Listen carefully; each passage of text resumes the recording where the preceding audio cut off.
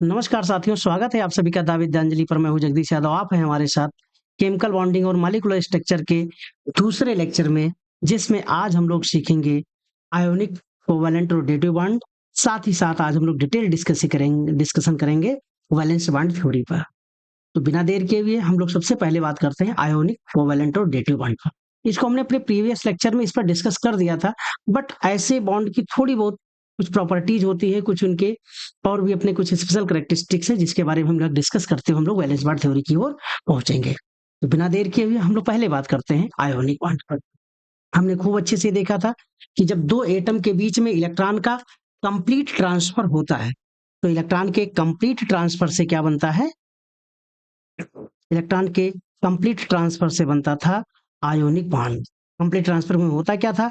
एक अपना electron lose करके कैटायन बनाता था, दूसरा अपना इलेक्ट्रॉन गेन करके एनायन बनाता था। इस तरह से कैटायनिक और एनायनिक इंटरेक्शन होता था। इसको हम लोगों ने सीखा था। कैसे सीखा था? बहुत अच्छे से समझ लिए थे। एक एग्जांपल हम लेते हैं। इसको आप देखिए कि किस तरह से सोडियम अपने आउटर मोर शेल के इलेक्ट्रॉन को फ्लोरीन को दे देता है।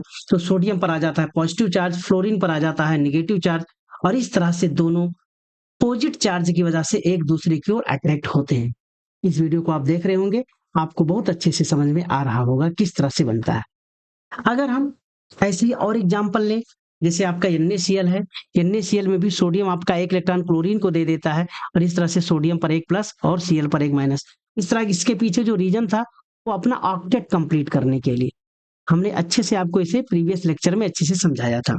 CaCl2 की बात करें, तो अगर हम बात करेंगे तो Ca का इलेक्ट्रॉनिक विन्यास आपको मिलेगा 2 8 8 एंड 2। कैल्शियम के आउटर मोस्ट शेल में 2 इलेक्ट्रॉन है। Cl की बात करें 17 2 8 7।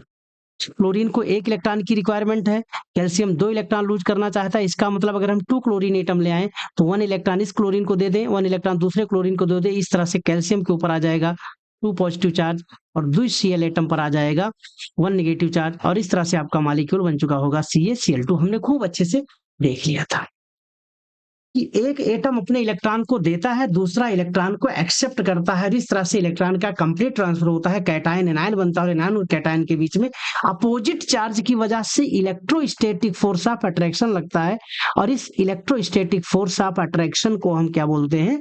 Ionic bond. और इस तरह से बॉन्ड बनाने की टेंडेंसी को हम आयोनिक वैलेंसी कहते हैं। बहुत अच्छे से हमने समझा था। और जब भी कोई एटम बॉन्ड बना रहा है, अपने इलेक्ट्रॉन को लूज कर रहा है, तो इलेक्ट्रॉन को लूज करने के लिए और इलेक्ट्रॉन को गेन करने के लिए अगर हम इसे एनर्जेटिकली समझने की कोशिश करें, तो जो आपका मेटल इलेक्ट्रॉन लूज कर रहा है, तो इलेक्ट्रॉन लूज करने के लिए जो एनर्जी रिस्पॉन्सिबल होती है वो होती है आयोनाइजेशन एंथैल्पी। यानी किसी एटम से इलेक्ट्रॉन लेकर उसे कैटायन में बदलने के लिए जो एनर्जी रिक्वायर है, उस रिक्वायर्ड अमाउंट ऑफ एनर्जी को हम क्या बोलते हैं? Ionisation enthalpy. यानी ये वैल्यू आपकी पॉजिटिव वैल्यू होती है, यानी यहाँ पर हमको एनर्जी देनी पड़ती है। यानी अगर आयोनाइजेशन एनर्जी की वैल्यू कम होगी, इसका मतलब जो आपका एटम है वो एटम आसानी से इलेक्ट्रॉन लूज करके कैटायन बना देगा। इसका मतलब वो आयन बहुत जल्दी से कैटायन बनाएगा। इसका उल्टा होता था इलेक्ट्रॉन गेन एंथैल्पी। यानी कोई एटम इलेक्ट्रॉन लूज करके जो एनर्जी रिलीज करता था, तो रिलीज करने का मतलब यहाँ निगेटिव वैल्यू आती थी। यदि किसी के लिए इलेक्ट्रॉन गेन एंथैल्पी की वैल्यू ज्यादा है, इलेक्ट्रॉन गेन एंथैल्पी की वैल्यू अगर ज्यादा है, इसका मतलब वो एटम बहुत आसानी से इलेक्ट्रॉन गेन करके निगेटिव चार्ज यानी निगेटिव आयन बना लेगा। यानी अगर मुझे आसानी से कैटायन बनाना हो, आसानी से एनायन बनाना हो, तो आयोनाइजेशन एनर्जी की वैल्यू लो होनी चाहिए और इलेक्ट्रॉन गेन एंथैल्पी की वैल्यू हाई होनी चाहिए। और इस तरह से आप देखेंगे कि बहुत जल्दी से ये कैटायन और एनायन बना करके आयोनिक कंपाउंड बना लेंगे। और मेरे दोस्तों, आपको बहुत अच्छे से पता है कि जितने भी मेटल्स हैं, जो मेटल हैं, इनके लिए आयोनाइजेशन एनर्जी की वैल्यू बहुत ही लो होती है, और लो आयोनाइजेशन एनर्जी की वजह से ये आसानी से इलेक्ट्रॉन लूज करके मेटल क्या बना देते हैं? कैटायन बना देते हैं। इसीलिए जितने भी मेटल्स हैं वो आयोनिक कंपाउंड ही बनाते हैं। वो दूसरा म्यूचुअल शेयरिंग वाला इस तरह से कोई कोवैलेंट कंपाउंड नहीं बनाते हैं, यानी मेटल क्या बनाते हैं, आयोनिक कंपाउंड बनाते हैं, यानी मेटल्स अपने इलेक्ट्रॉन लूज करके दूसरे एटम के साथ में आयोनिक बॉन्ड बनाते हैं। इतनी बात हम समझ गए।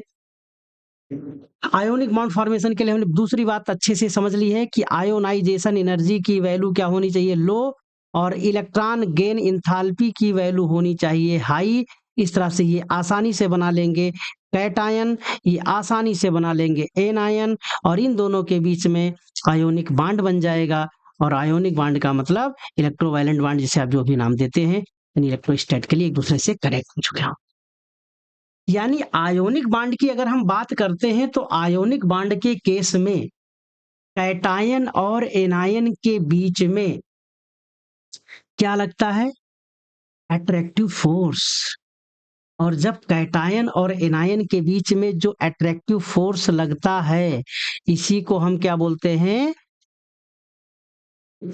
Ionic bond. यानी आयोनिक बॉन्ड एक तरह से इलेक्ट्रोस्टैटिक फोर्स ऑफ अट्रैक्शन है। और ये जो इलेक्ट्रोस्टैटिक फोर्स ऑफ अट्रैक्शन है, ये कूलाम्बिक फोर्स के अकॉर्डिंग 1/4 पाई एप्सिलॉन नॉट के into Q1 Q2 upon R square. ये R क्या है, दो चार्ज के बीच का डिस्टेंस है, Q1 Q2 दो अलग अलग चार्ज हैं, अगर सेम चार्ज हैं तो रिपल्सन, अपोजिट चार्ज हैं तो अट्रैक्शन, और ये एक कांस्टेंट वैल्यू है। क्या ये कांस्टेंट, यहाँ पर एक वर्ड आपकी जो के है, इसको हम डाइलेक्ट्रिक कांस्टेंट कहते हैं। इसको लेकर के अभी मुझे इसकी जरूरत पड़ जाएगी, क्योंकि इससे मुझे ये पता चलता है इनके डिजॉल्व होने का, यही सारी चीजें। तो ये होता है, यानी ये अपोजिट चार्ज के बीच का अट्रैक्शन है, यानी ये इलेक्ट्रोस्टैटिक फोर्स ऑफ अट्रैक्शन है। इलेक्ट्रोस्टैटिक फोर्स का मतलब यहाँ पर इलेक्ट्रिक फील्ड लाइंस मिलती हैं। इलेक्ट्रिक फील्ड लाइन का मतलब इस टाइप के बॉन्ड में कोई डायरेक्शन का नेचर नहीं होता है। क्या कहना चाहते हैं भाई, हम ये कहना चाहते हैं कि ऐसा नहीं है कि कैटायन आपका इस डायरेक्शन में है तो एनायन इस डायरेक्शन में होगा, ऐसी कोई जरूरत नहीं है। इसमें क्या होता है, कैटायन आपका एनायन से घिरा होता है, यानी जो आपका कैटायन है वो एनायन से घिरा होगा, और जो एनायन है वो कैटायन से घिरा होगा। इस टाइप का इनका अरेंजमेंट होता है, यानी इनमें कोई ऐसा डायरेक्शन वाला नेचर नहीं होता है। और नॉन डायरेक्शनल होने की वजह से ये आइसोमेरिज्म शो नहीं करते हैं। ये वर्ड आपके लिए नया अगर है तो इस पर हम लोग आगे डिस्कशन करेंगे। ये आइसोमेरिज्म नहीं शो करते हैं, ठीक है। इनके अंदर ऐसी कोई डायरेक्शन नहीं है कि इस डायरेक्शन में ये जुड़ेंगे उस डायरेक्शन में जुड़ेंगे। एक टाइप का इलेक्ट्रोस्टैटिक फोर्स ऑफ अट्रैक्शन है। और जैसे जैसे अगर इलेक्ट्रोस्टैटिक फोर्स ऑफ अट्रैक्शन अगर बढ़ेगा, यानी आयंस पास पास आएंगे और आयन इस तरह से अरेंज होकर के एक 3 डायमेंशनल स्ट्रक्चर बनाते हैं, और उस 3 डायमेंशनल स्ट्रक्चर को हम क्या बोलते हैं, लैटिस बोलते हैं। और लैटिस बनाने में, क्योंकि कैटायन और एनायन पास पास आ रहे हैं, यानी इसमें जो एनर्जी इन्वॉल्व है उसको हम बोलते हैं लैटिस एनर्जी, यानी एक निगेटिव वैल्यू है। लैटिस एनर्जी जितनी ज्यादा होगी, इसका मतलब वो क्रिस्टल उतना ही ज्यादा स्टेबल है। इस वर्ड को भी आप अच्छे से समझिएगा। ये रहा उसकी लैटिस। कैटायन और एनायंस को आप देखिए तो cation is surrounded by anion और anion is surrounded by cation. ये इनका एक अपना अरेंजमेंट है। अगर हम इनकी प्रॉपर्टी की बात करें तो ये किसी भी आयोनिक सॉलिड की प्रॉपर्टी है। अगर हम आयोनिक कंपाउंड की प्रॉपर्टी की अगर बात करें तो हमने देखा कि ये सॉलिड स्टेट में एग्जिस्ट करते हैं। सॉलिड स्टेट में एग्जिस्ट करने का मतलब भाई कैटायन और एनायन के बीच में स्ट्रांग फोर्स है, और इसलिए बहुत पास पास आ जाते तो बढ़िया क्लोज पैक स्ट्रक्चर बना लेते हैं, और इस क्लोज पैकिंग की वजह से ये सॉलिड स्टेट में एग्जिस्ट करते हैं। और साथ ही साथ आयंस, यानी जो कैटायन और एनायन का जो अरेंजमेंट है एक रेगुलर पैटर्न में होता है। इस तरह से इनका एक स्पेशल टाइप का क्रिस्टल स्ट्रक्चर भी होता है।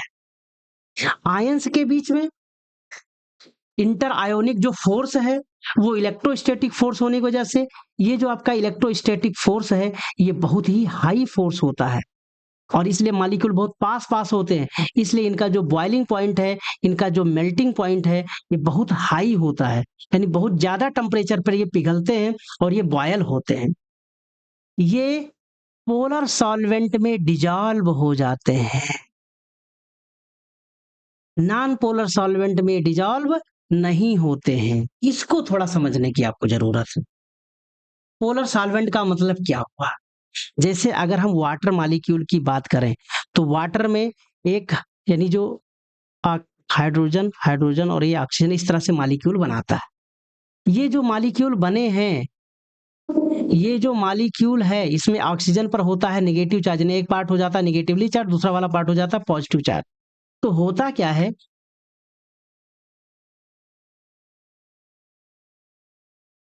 अगर एक पार्ट होता है पॉजिटिव चार्ज, दूसरा होता है निगेटिव चार्ज, तो पॉजिटिव चार्ज और नेगेटिव चार्ज, अगर कैटायन की बात करें तो कैटायन पर होता है पॉजिटिव चार्ज, तो पॉजिटिव चार्ज वाटर मॉलिक्यूल के नेगेटिव एंड से ऐसे घिरा होता है, यानी क्या कर लेता है, उसका हाइड्रेशन कर लेता है, और हाइड्रेशन करने की वजह से ये उसको डिजॉल्व कर देता है। दूसरी जो इंपॉर्टेंट बात होती है, जो पोलर सॉल्वेंट होते हैं वो आयन को सॉल्वेट कर देते हैं। आयन को क्या कर देते हैं, सॉल्वेट कर देते हैं। सॉल्वेट का मतलब समझ गए, जैसे वाटर मॉलिक्यूल्स आयन को सराउंड कर ले, जैसे हम बोल देंगे कि वाटर आपका आयन हाइड्रेट हो गया है। अगर वो कैटायन है तो वाटर के निगेटिव पार्ट से वो घिर जाएगा, अगर वो एनायन है तो उसके पॉजिटिव पार्ट से घिर जाएगी। इस तरह से आपके आयन का हाइड्रेशन होता है, और जब ये आयन का हाइड्रेशन होता है तो आयन एक दूसरे से अलग हो जाते हैं, यानी वो सॉल्विल हो जाते हैं। यानी जब कोई आपका आयोनिक कंपाउंड वाटर में या किसी भी पोलर सॉल्वेंट में डिजॉल्व होता है, तो डिजॉल्व होने के साथ साथ उनके जो आयंस होते हैं वो अलग अलग हो जाते हैं, और आयंस के अलग अलग होने का मतलब वो डिसोसिएट हो जाते हैं। क्या हो जाते हैं, डिसोसिएट हो जाते हैं, यानी कैटायन और एनायन के बीच जो फोर्स ऑफ अट्रैक्शन था वो कम हो जाता है। कम क्यों हो जाता है, उसका जो रीजन है, अभी आपको हम यहाँ बताए थे एक फार्मूला, फार्मूले में आपने देखा था कि कैटायन एनायन के बीच में जो इलेक्ट्रोस्टैटिक फोर्स ऑफ अट्रैक्शन है, उसकी जो वैल्यू आपने बताई थी 1/4 पाई एप्सिलॉन नॉट के। ये जो के क्या है, डाइलेक्ट्रिक कांस्टेंट है।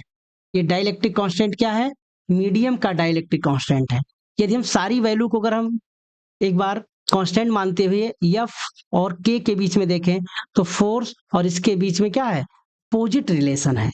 यानी अगर हम के की वैल्यू हाई करते हैं तो ये जो फोर्स है आयंस के बीच का वो घट जाएगा, यानी आयन एक दूसरे से दूर जाना शुरू कर देंगे। इसका मतलब उनका डिसोसिएशन हो जाएगा। भाई अट्रैक्टिव फोर्स से वो कनेक्टेड है। आपके वाटर के लिए डाइलेक्ट्रिक कांस्टेंट की वैल्यू बहुत ही हाई है, अप्रोक्सीमेटली 81 वैल्यू है।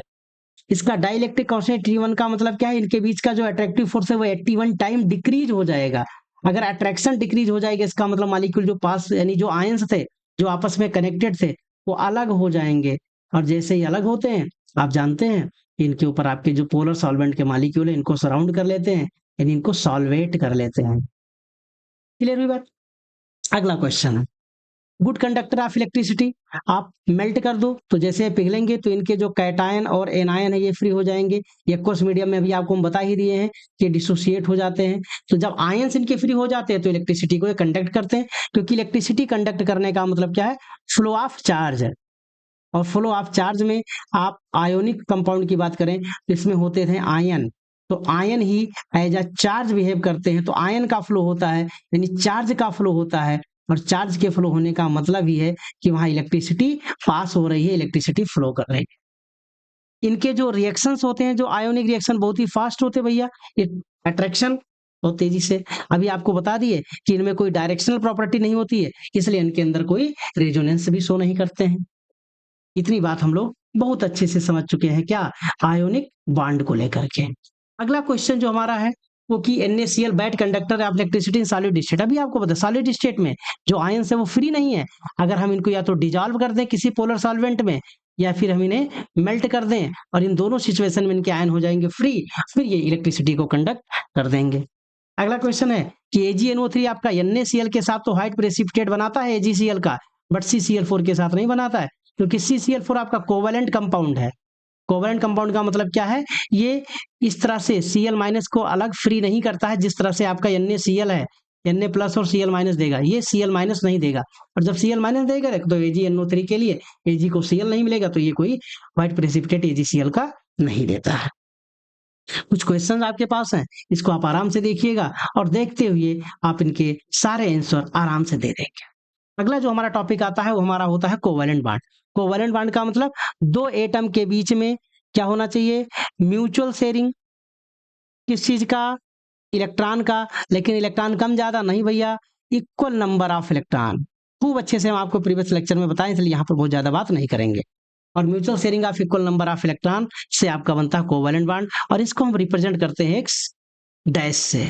दो एटम के बीच में एक एक इलेक्ट्रॉन की शेयरिंग होगी तो सिंगल बॉन्ड, दो दो इलेक्ट्रॉन की शेयरिंग होगी तो डबल बॉन्ड, तीन तीन इलेक्ट्रॉन की शेयरिंग होगी तो ट्रिपल बॉन्ड। इस तरह से सिंगल, डबल और ट्रिपल कोवेलेंट बॉन्ड की भी बात हमने वहां पर अच्छे से की थी, और हम आपको कुछ एग्जाम्पल भी दिए थे, और उसी एग्जाम्पल को हम एक बार रिवाइज भी करते हैं। अगर हम हाइड्रोजन की बात करें तो हाइड्रोजन एटम में एक ही इलेक्ट्रॉन है, इसको केवल अपने आउटर मोस्ट शेल में दो इलेक्ट्रॉन पूरा करना होता है, और दो इलेक्ट्रॉन पूरा करने का मतलब हीलियम जैसा बनना चाहता है। और ऐसा करने के लिए दोनों हाइड्रोजन एटम एक एक इलेक्ट्रॉन की शेयरिंग करते हैं, और उस इलेक्ट्रॉन की शेयरिंग के बाद में दोनों हाइड्रोजन एटम का डुप्लेट कंप्लीट हो जाता है। और जब इनका डुप्लेट कंप्लीट होता है तो हम बोलते हैं भैया कि ये एक एक इलेक्ट्रॉन की शेयरिंग किए हैं, तो इनके बीच में एक एक कोवेलेंट बॉन्ड बन जाता है। और आप बहुत अच्छे से ऐसे आप दिखाते हैं जैसे कि आपने यहाँ दिखाया दिया। कोई दिक्कत मेरे दोस्तों?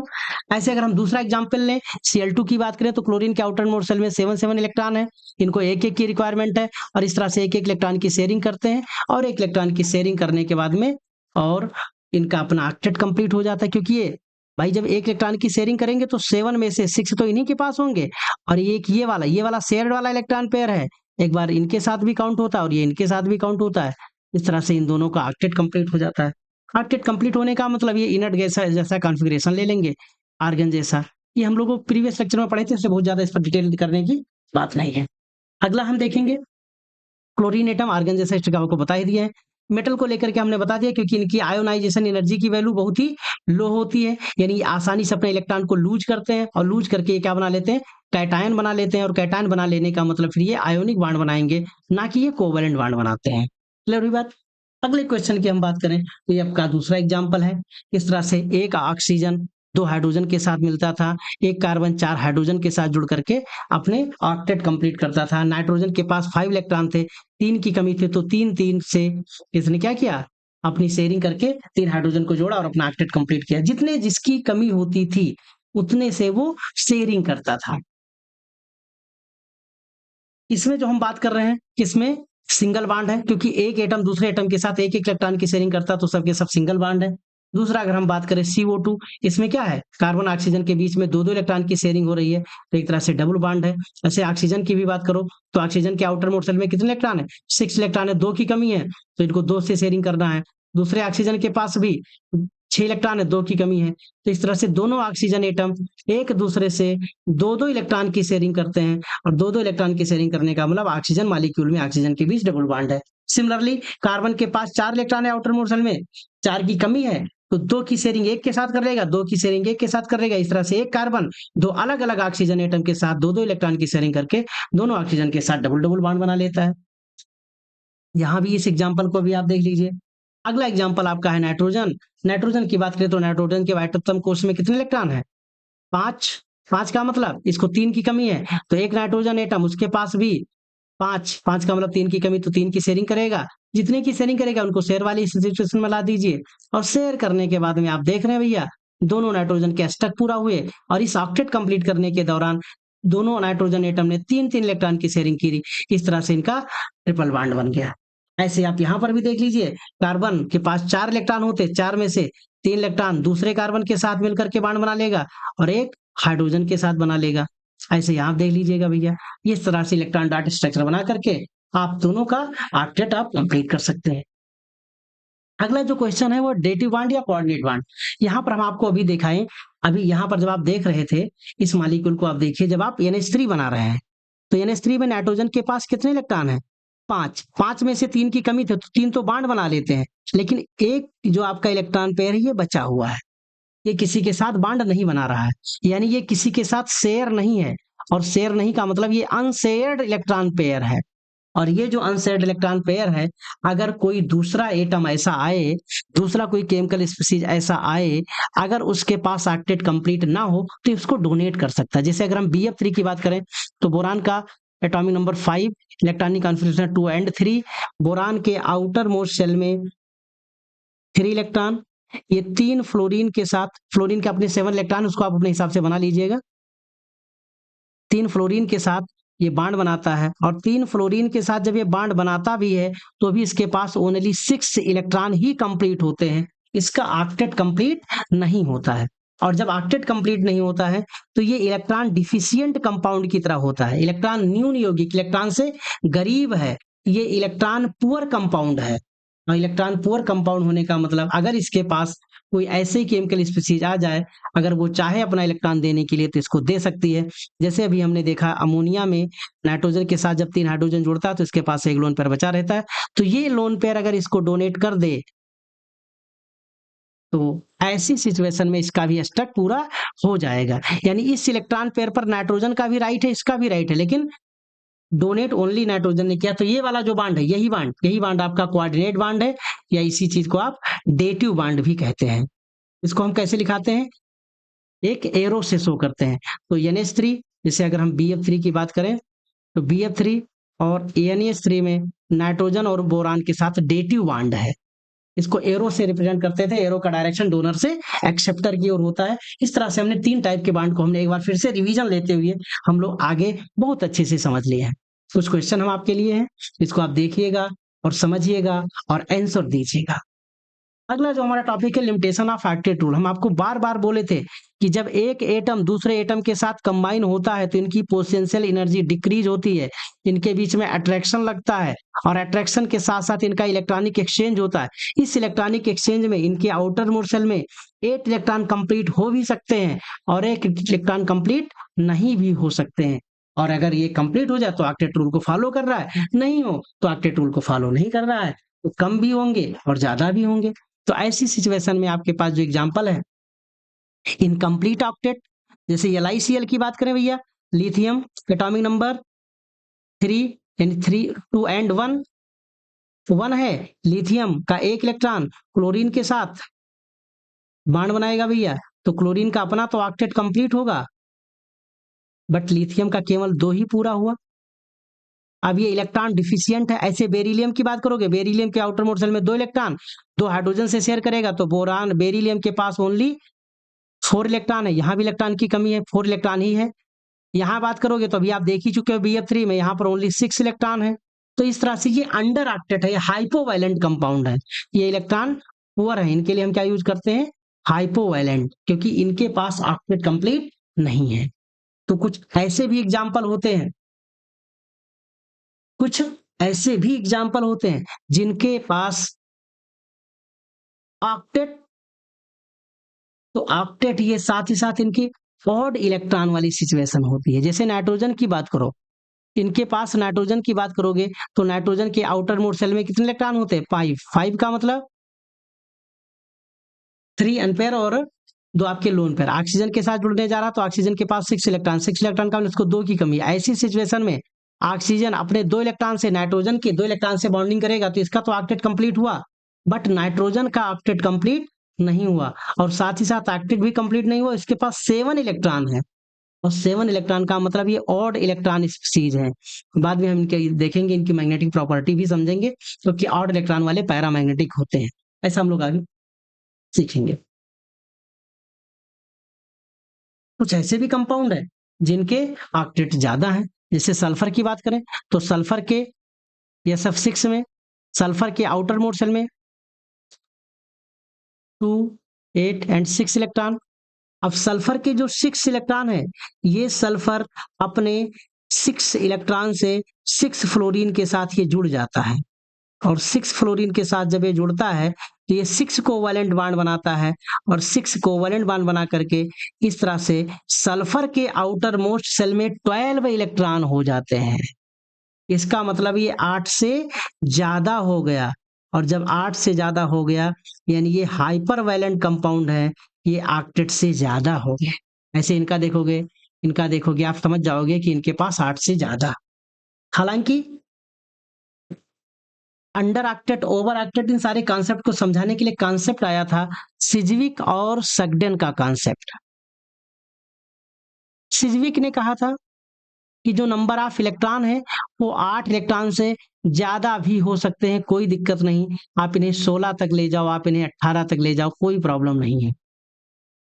लेकिन सग्डेन ने कहा नहीं भैया, 8 इलेक्ट्रॉन ही होंगे, 8 इलेक्ट्रॉन से ज़्यादा आप नहीं ले जा सकते हैं। इसके लिए इन्होंने एक सिंगल इलेक्ट्रॉन बॉन्ड का कॉन्सेप्ट भी दिया था, और वो सिंगल इलेक्ट्रॉन का जो कॉन्सेप्ट था वो सग्डेन कॉन्सेप्ट था कि जो कोवेलेंट बॉन्ड आप बना रहे हो एक इलेक्ट्रॉन की म्यूचुअल शेयरिंग से, वहां कुछ करने की जरूरत नहीं है, वहां आप एक इलेक्ट्रॉन से ही आप बॉन्ड बना दीजिए। और इसको उन्होंने हाफ हेडेड एरो से रिप्रेजेंट करके समझाया था।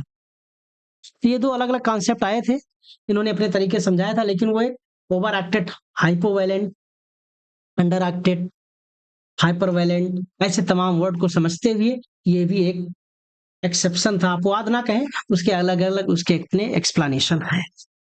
हम आपसे कुछ और क्वेश्चन पूछ लेते हैं। F5 में बताइए भैया कितने इलेक्ट्रॉन है, H2SO4 में सल्फर के पास कितने इलेक्ट्रॉन है। अगर हम इतनी बात समझ चुके तो मेरे दोस्तों बॉन्डिंग का इलेक्ट्रॉनिक थ्योरी आप बहुत अच्छे से समझ लिए, क्योंकि अभी तक जब हम बॉन्ड बनाने की बात कर रहे थे तो सारा का सारा फोकस हम इलेक्ट्रॉन पर करते थे। इस तरह से हम लोगों ने क्या सीखा, इलेक्ट्रॉनिक थ्योरी ऑफ वैलेंसी। अगर इलेक्ट्रॉनिक थ्योरी ऑफ वैलेंसी हमने सीख ली तो इसके लिए आपको बहुत बहुत बधाई, बहुत बहुत आपको धन्यवाद। धन्यवाद इसलिए आपने हमारी वीडियो को इतनी देर तक देखा, बधाई इसलिए कि आप सीख गए। अब देखिए हमारे पास कुछ प्रॉब्लम क्रिएट होती है। प्रॉब्लम क्रिएट होती है क्या, जैसे अगर मैं आपसे बात करूं भैया हाइड्रोजन मॉलिक्यूल की, तो हाइड्रोजन में एक एक इलेक्ट्रॉन की शेयरिंग हुई। ऑक्सीजन की बात करूं तो ऑक्सीजन में दो दो इलेक्ट्रॉन की शेयरिंग होने से डबल बॉन्ड बना लेता है। नाइट्रोजन की बात करूं तो नाइट्रोजन में तीन तीन इलेक्ट्रॉन की शेयरिंग से इनके भी ट्रिपल बॉन्ड बन गया। हाइड्रोजन के जैसे अगर मैं क्लोरीन की बात करूं तो दो क्लोरीन के बीच में एक एक इलेक्ट्रॉन की शेयरिंग हुई, सिंगल बॉन्ड बन गया। तो अगर हम इलेक्ट्रॉनिक थ्योरी की बात करें, इलेक्ट्रॉन पर ही अगर हम फोकस करें, तो अगर हम आपसे पूछें कि ये जो सिंगल बॉन्ड जिसे आप कह रहे हो, हाइड्रोजन के बीच का सिंगल बॉन्ड, क्लोरीन के बीच का सिंगल बॉन्ड, क्या सब एक जैसे ही हैं? या ऑक्सीजन के बीच में ये जो दो बॉन्ड आप पढ़ रहे हो, क्या ये दोनों बॉन्ड बराबर है, इक्विवेलेंट है, एक ही जैसे हैं दोनों बॉन्ड? या नाइट्रोजन के पास जो तीन बॉन्ड है, क्या ये तीनों बॉन्ड एक जैसे ही हैं? अगर मैं केवल इलेक्ट्रॉन पर फोकस करूं तो भैया एक एक इलेक्ट्रॉन की शेयरिंग यहाँ हुई, उससे जैसे हाइड्रोजन के पास एक एक इलेक्ट्रॉन की शेयरिंग हुई, तो इलेक्ट्रॉन एक एक इलेक्ट्रॉन की शेयरिंग, तो यार ये तो एक के जैसा होना चाहिए। ऑक्सीजन में दोनों ऑक्सीजन परमाणुओं के बीच में दो इलेक्ट्रॉन की शेयरिंग हो रही है, दो दो की, तो एक एक की शेयरिंग से एक बॉन्ड बना, एक एक की शेयरिंग से एक बॉन्ड बना, तो शेयरिंग तो एक के जैसे हो रही है।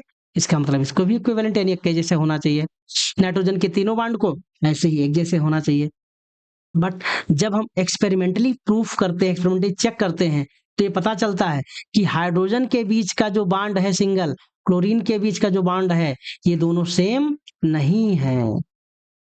या ऑक्सीजन के बीच में जो हमने दो बॉन्ड लगाया है, तो ऑक्सीजन के बीच का जो डबल बॉन्ड है, उसमें से दोनों बॉन्ड की एनर्जी सेम नहीं है, दोनों बॉन्ड की स्ट्रेंथ सेम नहीं है। नाइट्रोजन के बीच में जो तीनों बॉन्ड हैं, इन तीनों बॉन्ड की स्ट्रेंथ एनर्जी सेम नहीं है। एक कमजोर है तो एक वीक है, एक कमजोर है दो वीक है, ऐसा कुछ मुझे मिल रहा है। अब ऐसा कैसे है भाई? इलेक्ट्रॉनिक थ्योरी तो बता रही है इलेक्ट्रॉनिक की शेयरिंग कराओ तो इलेक्ट्रॉन पर सारा फोकस है, तो इलेक्ट्रॉन तो एक जैसा होता है और एक जैसी वो शेयरिंग करेगा आपसी, जिस पर दोनों का बराबर अधिकार होगा। इलेक्ट्रॉनिक थ्योरी के अकॉर्डिंग सारे बॉन्ड बिल्कुल सेम होने चाहिए, लेकिन नहीं, यहाँ कुछ गड़बड़ है। अगर सेम होनी चाहिए तो हम कल एक्सपेरिमेंटली तो हमें चेक करने पर एक ही जैसा मिलना चाहिए, लेकिन एक्सपेरिमेंटली मुझे पता चलता है कि भले ही सिंगल सिंगल बॉन्ड ही हाइड्रोजन और क्लोरीन में है, बट ये दोनों एक जैसे नहीं है। ऑक्सीजन के बीच जो दो बॉन्ड आप बनाए हो, दोनों सारे एटम भी सेम है, बट ये दोनों बॉन्ड एक जैसे नहीं है। नाइट्रोजन के बीच में जो तीन बॉन्ड बना है, ये तीनों बॉन्ड एक जैसे नहीं है। तो एक्सपेरिमेंटली मुझे इसमें कुछ वायोलेशन दिखता है, कुछ डिफरेंस दिखता है। क्या इलेक्ट्रॉनिक थ्योरी गलत है? नहीं भाई, ये भी सही है। क्या एक्सपेरिमेंट गलत है? नहीं भाई, एक्सपेरिमेंट तो भाई करके सीखा, ये भी सही है। तो फिर क्या? तो फिर मेरे दोस्त यहाँ कुछ ऐसी चीज है जिसको हम मिस कर गए, जिस पर हमने ध्यान नहीं दिया, इसलिए जो डेटा है, ये जो एक्सपेरिमेंट है, ये मैच नहीं कर रहे हैं। आखिर वो क्या चीज हम मिस कर गए? अगर हम उसकी बात करें तो मेरे दोस्तों हम एक अगले कॉन्सेप्ट की ओर बढ़ रहे हैं, और वो हमारा अगला कॉन्सेप्ट है कौन सा? वो मेरा कॉन्सेप्ट है वैलेंस बॉन्ड थ्योरी। आप वन बाय वन आगे बढ़ रहे हैं।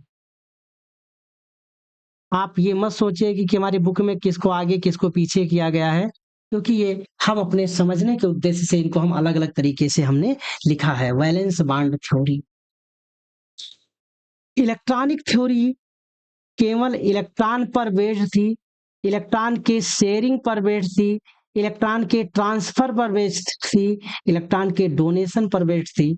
ये और आगे दाएं बाएं के एस्पेक्ट को ये ध्यान में नहीं रखती थी। लेकिन जो वैलेंस बॉन्ड थ्योरी आई, क्योंकि हमने एटॉमिक स्ट्रक्चर को पढ़ते समय ये भी समझ लिया था, इलेक्ट्रॉन जहां भी रहता है उस रीजन को हम क्या बोलते हैं? ऑर्बिटल। यानी वैलेंस बॉन्ड थ्योरी बॉन्डिंग को समझाने के लिए, स्पेशली किस बॉन्डिंग को समझाने के लिए? कोवैलेंट बॉन्डिंग को समझाने के लिए इसने ऑर्बिटल का अप्रोच लिया। और जब ऑर्बिटल के अप्रोच की बात आई, ऑर्बिटल अप्रोच में इन्होंने एक वर्ड यूज किया, ओवरलैपिंग। क्या बात किया? ओवरलैपिंग। अगर बांड बनाना है तो बांड बनाने के लिए ऑर्बिटल की ओवरलैपिंग कंपलसरी है। ऑर्बिटल की ओवरलैपिंग कंपलसरी है। ऑर्बिटल की ओवरलैपिंग के पर डिपेंड करता है कि बॉन्ड आपका मजबूत होगा, बॉन्ड आपका वीक होगा। और जब हम ओवरलैपिंग की बात करते हैं तो मेरे दोस्तों ओवरलैपिंग टू टाइप की होती है। एक होता है हेड ऑन ओवरलैपिंग, जिसे आप एक्सिस या एक्सियल ओवरलैपिंग भी बोलते हैं। दूसरा होता है साइड वाइज ओवरलैपिंग, जिसे आप लैटरल ओवरलैपिंग नाम देते हैं। हेड ऑन ओवरलैपिंग से जो बांड बनता है उसको आप सिग्मा बांड कहते हैं। लैटरल या साइड वाइज ओवरलैपिंग से जो बनता है उसे आप पाई बांड कहते हैं।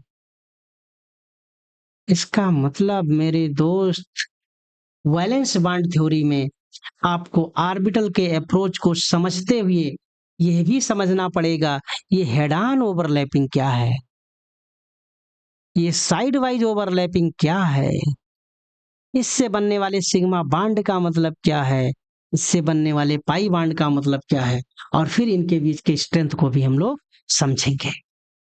अगर हम इतनी यात्रा करते हुए यहाँ तक पहुंचे हैं तो फिर आप कुछ एग्जाम्पल और कुछ ऑर्बिटल को आप देखते हुए समझिए। स्पेशली हम लोग इस टॉपिक में यस और पी ऑर्बिटल पर फोकस करते हैं। और अगर हम यस पी ऑर्बिटल की बात करें तो यस का शेप कैसा है भैया? स्फेरिकल बॉल के शेप में, गोले के आकार का। पी की बात करें तो ये आपका डम्बेल शेप में है। यस अगर गोला है तो गोला भाई चाहे जिसके साथ कैसे भी जुड़ेगा, अगर ये जुड़ेगा, चाहे ये गोला गोले से जुड़ जाए, चाहे ये गोला दूसरे ऑर्बिटल से जुड़ जाए, ये चाहे जहां जुड़ेगा, यस ऑर्बिटल अगर किसी के साथ ओवरलैप कर रहा है तो ये ऑलवेज हेड ऑन ओवरलैप करेगा, और हेड ऑन ओवरलैप से ये ऑलवेज सिग्मा बॉन्ड बनाएगा। वो चाहे यस यस ओवरलैपिंग हो, चाहे वो एसपी ओवरलैपिंग हो, या कोई अदर ओवरलैपिंग हो, ये ऑलवेज सिग्मा बॉन्ड बनाएंगे। ऑलवेज ये हेड ऑन ओवरलैपिंग दिखाएंगे, ऑलवेज ये एक्सिस ओवरलैपिंग दिखाएंगे। समझ गए? लेकिन अगर मैं पी ऑर्बिटल की बात करूं तो पी ऑर्बिटल में मेरे पास दोनों ऑप्शन पॉसिबल है। जैसे ये पी ऑर्बिटल है, अगर ये पी ऑर्बिटल एक दूसरे से अगर हेड ऑन ओवरलैपिंग कर ले इस तरह से, तो हेड ऑन ओवरलैपिंग में ये सिग्मा बॉन्ड बना लेगा।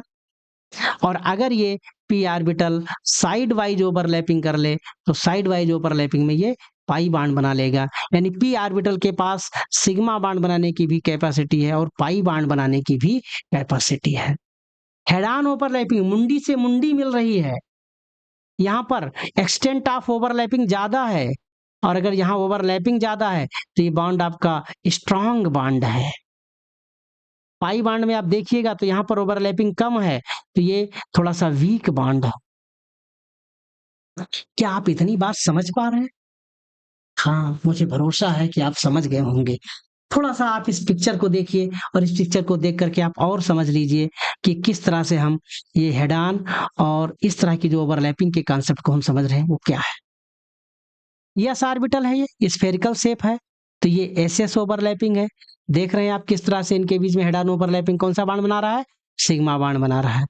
यस और पी की बात करें, ये पी ऑर्बिटल, ये आपका yes orbital, head on overlapping sigma बाण बना रहा है। PP head on overlapping sigma बाण बना रहा है। यहाँ देख लीजिए, ये जो आपका पी है ये साइड वाइज, इसके साइड में ओवरलैपिंग हो रही है, और साइड वाइज ओवरलैपिंग में यहाँ पर ये पाई बाण बना रहा है। और सिग्मा बांड में जो ओवरलैपिंग का जो एक्सटेंट है, एक्सटेंट ऑफ ओवरलैपिंग ये ज्यादा है, इसलिए सिग्मा बॉन्ड स्ट्रॉन्ग बॉन्ड है और पाई बॉन्ड वीक बॉन्ड है। आप बहुत अच्छे से इन सारे टॉपिक को आप समझ रहे हैं, और समझते समझते हम ये भी समझ गए कि yes orbital always sigma bond बनाएगा। कहीं यस ऑर्बिटल अगर इन्वॉल्व है तो ऑलवेज सिग्मा बॉन्ड बनाएगा, पी ऑर्बिटल है तो सिग्मा और पाई दोनों बनाएगा। इस बात का आप ध्यान रखेंगे। अगर पी ऑर्बिटल आपका सिग्मा और पाई दोनों बनाता है तो आप सिग्मा कब बनाएगा? जब उसके बीच में हेड ऑन ओवरलैपिंग होगी। ये देख लीजिए भैया, ये कौन सी ओवरलैपिंग है? हेड ऑन ओवरलैपिंग है। कौन सा बांड बना रहा है? सिग्मा बांड बना रहा है। ये आपका क्या है? साइड वाइज ओवरलैपिंग है, लैटरल ओवरलैपिंग है, और लैटरल ओवरलैपिंग से कौन सा बांड बना? पाई। अगर यहां पर हम देखें तो जो इलेक्ट्रॉन डेंसिटी है वो एक्सिस पर है, इसलिए एक्सियल ओवरलैपिंग। यहाँ एक्सिस के ऊपर नीचे, यानी ये प्लेन के ऊपर नीचे है, तो इस तरह से यहाँ आप देखिए इलेक्ट्रॉन डेंसिटी ऊपर भी और नीचे भी, इस तरह से भी हम लोग इसे दिखाते हैं। अगर हम इस तरह के ऑर्बिटल की ओवरलैपिंग से अगर हम बांड बनाने के कॉन्सेप्ट को समझ गए हों तो मेरे दोस्त आपको वैलेंस बांड थ्योरी भी अच्छे से समझ में आ गई। अगर वैलेंस बांड थ्योरी भी आपको समझ में आ गई तो मेरे कुछ मॉलिक्यूल्स के एग्जांपल हैं और उनको आप बताते चलिए, आपको कुछ करने की ज्यादा परेशान होने की जरूरत नहीं भैया। हम हाइड्रोजन मॉलिक्यूल की बात कर रहे हैं भैया। हाइड्रोजन का एटॉमिक नंबर 1 ऑर्बिटल 1s1, यानी इसके पास जो ऑर्बिटल है वो s ऑर्बिटल है। इसका मतलब H2 का मतलब जो दूसरा हाइड्रोजन एटम आएगा उसका भी s ऑर्बिटल है। अगर s ऑर्बिटल है तो s ऑर्बिटल ओवरलैप कर जाएंगे, और s ऑर्बिटल ओवरलैप करेंगे तो इस तरह से s ऑर्बिटल की ओवरलैपिंग से एक सिग्मा बॉन्ड बन जाएगा। हाँ, एक प्रश्न और बनता है कि जो हम ऑर्बिटल की ओवरलैपिंग दिखा रहे हैं, तो एक बात तो मुझे पता है, या तो ऑर्बिटल आपका फुल्ली फिल्ड होगा या फिर ऑर्बिटल आपका सिंगली फिल्ड होगा। अगर सिंगली फिल्ड ऑर्बिटल है तो ये सिंगली फिल्ड ऑर्बिटल के साथ ओवरलैप करेगा, लेकिन दूसरे वाले ऑर्बिटल में जो इलेक्ट्रॉन है उसका स्पिन अपोजिट होना चाहिए, यानी यहां पर ओवरलैपिंग होगी, यानी बॉन्डिंग होगी। अगर फुल्ली फिल्ड ऑर्बिटल है तो दूसरा ऑर्बिटल वैकेंट होना चाहिए, यहां भी ओवरलैपिंग हो जाएगी, यानी बॉन्डिंग हो जाएगी। यानी सिंगली फिल्ड ऑर्बिटल एक दूसरे से ओवरलैप करके बॉन्ड बनाएंगे, कब? जब दोनों ऑर्बिटल के स्पिन अपोजिट हो। अगर एक ऑर्बिटल फुल्ली फिल्ड है तो दूसरा वैकेंट होना चाहिए, इस सिचुएशन में भी बॉन्डिंग हो जाएगी। लेकिन कहीं आपने एक ऑर्बिटल ले लिया, दूसरा ऑर्बिटल भी ले रहे हो, अगर दोनों इलेक्ट्रॉन की स्पिन सेम है, इसका मतलब यहाँ पर ऐसी सिचुएशन में बॉन्डिंग नहीं होगी। अगर आप बॉन्डिंग कराना है तो तुरंत स्पिन इसकी अपोजिट हो जाएगी, स्पिन को चेंज करना पड़ेगा, और अपोजिट स्पिन में ही ये बॉन्ड बनाएंगे, ये समझ लीजिएगा। यहाँ पर जब हम बना रहे हैं हाइड्रोजन, तो दोनों हाइड्रोजन एटम जब जाएंगे तो दोनों के यस ऑर्बिटल ही हैं, दोनों में एक एक इलेक्ट्रॉन है, और दोनों इलेक्ट्रॉन के स्पिन अपोजिट होनी चाहिए, तभी ये बॉन्ड बनाएंगे। इस तरह से यहाँ पर हाइड्रोजन मॉलिक्यूल में कौन कौन सा ओवरलैपिंग हुआ? Yes overlapping. अगर मैं Cl2 की बात करूं तो Cl2, क्लोरीन का atomic number 17, 1s2, 2s2, 2p6, 3s2 और 3p5। आउटर मोस्ट शेल पर आप फोकस करिए। 3s में कितने इलेक्ट्रॉन? 2, यानी फुल्ली फिल्ड। p में कितने इलेक्ट्रॉन? 5। आप जानते हैं p में 3 ऑर्बिटल होते हैं, तो 5 इलेक्ट्रॉन फिल करना है, 1 बाई 1 भरो, फिर उसके बाद पेयरिंग कराओ। इसका मतलब p में एक ऑर्बिटल, यानी क्लोरीन में एक p ऑर्बिटल है जो सिंगली फिल्ड है।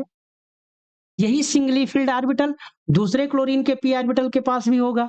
यानी अगर हम क्लोरीन की बात करें तो यहाँ पर क्लोरीन का p ऑर्बिटल ओवरलैप करता है, यानी यहाँ पर p ऑर्बिटल की ओवरलैपिंग से होगा। यानी क्लोरीन की अगर बात करें तो यहाँ pp हेड ऑन ओवरलैपिंग है, और हेड ऑन ओवरलैपिंग से यहाँ सिग्मा बॉन्ड बना रहा है। यहाँ यस की हेड ऑन ओवरलैपिंग है, और हेड ऑन ओवरलैपिंग से सिग्मा बॉन्ड बन रहा है। क्या अब आप समझ गए कि दोनों में सिंगल बॉन्ड है? क्लोरीन में भी, क्लोरीन क्लोरीन के भी सिंगल बॉन्ड है, बट ऑर्बिटल चेंज हो गए, ऑर्बिटल अलग अलग हैं, तो ओवरलैपिंग अलग अलग है, इसलिए इनकी स्ट्रेंथ और इनकी एनर्जी भी अलग अलग है। इसी तरह से अगर हम HCl की बात करें तो एच में अभी आपने देख लिया है, एच में यस ऑर्बिटल होता है, Cl के पास p ऑर्बिटल होता है, और इस तरह से पोजिटिव करो, इस तरह से H और Cl में जब बॉन्ड बनेगा तो हाइड्रोजन का S, Cl का P, और इस तरह से इसके बीच में कौन सी ओवरलैपिंग होगी? sp overlapping, head on overlapping, और बनेगा आपका बॉन्ड सिग्मा। मेरे दोस्त आप बहुत अच्छे से समझ गए हो। अगर हम ऑक्सीजन मॉलिक्यूल की बात करें तो भैया ऑक्सीजन मॉलिक्यूल आप देखिए, ऑक्सीजन का atomic number 8, 1s2, 2s2, 2p4। आप आउटर मोस्ट शेल पर फोकस करिए। 2s में कितने इलेक्ट्रॉन? 2। 2p में कितने इलेक्ट्रॉन? 4। 4 का मतलब 1, 2, 3 एंड 4। यानी ऑक्सीजन के केस में 2 अनपेयर इलेक्ट्रॉन हैं। मेरे दोस्तों हम आपको इलेक्ट्रॉन डाट स्ट्रक्चर बनाते समय यही समझा रहे थे। ऐसे आपका कोई दूसरा ऑक्सीजन एटम भी होगा, उसके पास भी s ऑर्बिटल में कंप्लीटली फिल्ड, p ऑर्बिटल में एक ऑर्बिटल आपका कंप्लीटली फिल्ड होगा, और दूसरे वाले में सिंगल सिंगल होंगे।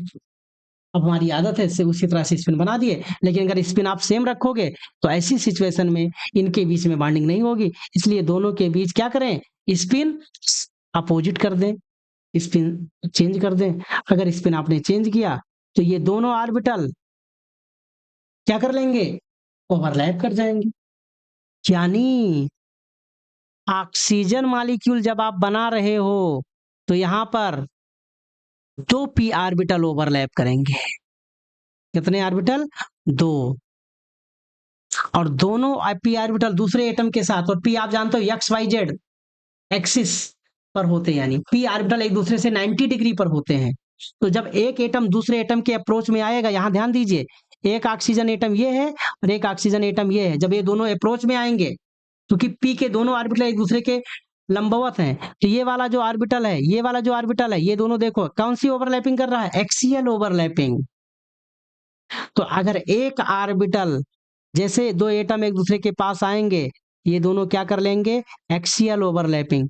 तो एक p ऑर्बिटल से एक्सियल ओवरलैपिंग हुआ, उसके बाद जो दूसरा p ऑर्बिटल है वो साइड वाइज ओवरलैपिंग करेगा। यानी ऑक्सीजन के बीच में जो दो बॉन्ड बन रहे हैं वो दोनों बॉन्ड p ऑर्बिटल के अलग अलग ओवरलैपिंग से है, एक हेड ऑन ओवरलैपिंग से, एक साइड वाइज ओवरलैपिंग से।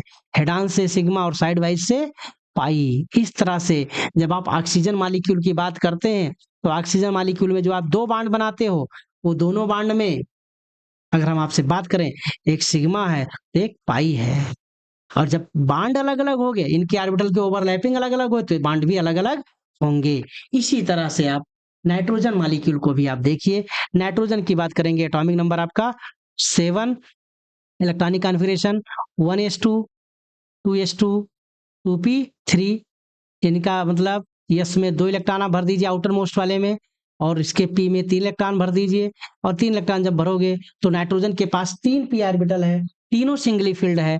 यानी नाइट्रोजन अगर दूसरे के साथ जुड़ना चाहता है तो इसके 3 p ऑर्बिटल ओवरलैप करेंगे। और आप जानते हैं XYZ परपेंडिकुलर है, XYZ, तो जब भी ये दूसरे के साथ मिलने के लिए आएंगे तो एक पी ऑर्बिटल एक दूसरे के साथ हेड ऑन ओवरलैपिंग करके सिग्मा बॉन्ड बनाएगा, तो बाकी दोनों पाई बॉन्ड ही बनाएंगे। आप इसको देख लीजिए, इस स्ट्रक्चर को देख करके आप बहुत अच्छे से समझ सकते हैं कि किस तरह से ओवरलैपिंग का कॉन्सेप्ट आप समझ रहे हैं।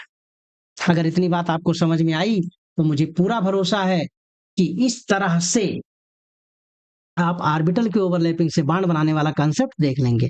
नाइट्रोजन के दोनों एटम हैं, आपस में आ रहे हैं, तो एक ऑर्बिटल ने सिग्मा बॉन्ड बनाने के लिए हेड ऑन ओवरलैपिंग कर ली, और बाकी उनकी मजबूरी है कि वो पैरेलल ही आकर जुड़ेंगे, और पैरेलल ओवरलैपिंग में या साइड वाइज ओवरलैपिंग में ये पाई बॉन्ड बनाएंगे। आपको बहुत अच्छे से दिख रहा होगा।